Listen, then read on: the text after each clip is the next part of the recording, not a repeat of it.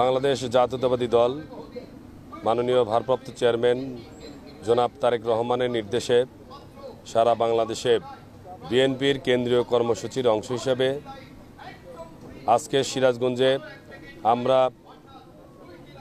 জেলা বিএনপির পক্ষ থেকে আমরা সিরাজগঞ্জের এই পলিটেকনিকের সামনে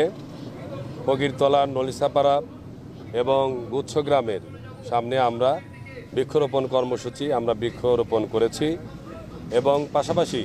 আমরা এই প্রত্যেকটি জায়গায় আমরা বিভিন্ন মোড়ে মোড়ে কোকসাবাড়ি ইউনিয়নের অন্তর্গত এই কয়েকটি জায়গায় আমরা অলরেডি লিফলেট বিতরণ করেছি 31 দফার আলোকে। আজকে আমরা যে উদ্দেশ্যে এখানে এসেছি, জিয়াউর রহমানের শহীদ প্রেসিডেন্ট জিয়াউর রহমানের 19 দফা, আমাদের বিএনপির ভারপ্রাপ্ত চেয়ারম্যান তারেক রহমানের 31 দফা, প্রত্যেকটি দফার সাথে বর্তমান যে মানুষের চাওয়া তরুণ প্রজন্মে এবং বর্তমান সরকারের এবং আমাদের রাজনৈতিক সংগঠনগুলো প্রত্যেকটির যে সংস্কারের সেই প্রত্যেকটি সংস্কার এই 31 দফার মধ্যে রয়েছে। আমরা আশা রাখছি যে বিএনপির ভারপ্রাপ্ত চেয়ারম্যান তারেক রহমান যদি দেশের নেতৃত্ব দিতে পারে, জনগণ যদি সত্যিকার অর্থেই আগামী দিনে দেশি বিদেশি যে চক্রান্ত চলছে এখান থেকে বের হয়ে এসে যদি ফেব্রুয়ারির প্রথমার্ধে নির্বাচনের মধ্য দিয়ে একটি বিএনপির জনপ্রতিনিধিত্ব সরকার যদি প্রতিষ্ঠিত করে, জনগণ অবশ্যই বিএনপির ভারপ্রাপ্ত চেয়ারম্যান দেশনায়ক তারেক রহমানের নেতৃত্বে 31 দফার বাস্তবায়নের মধ্য দিয়ে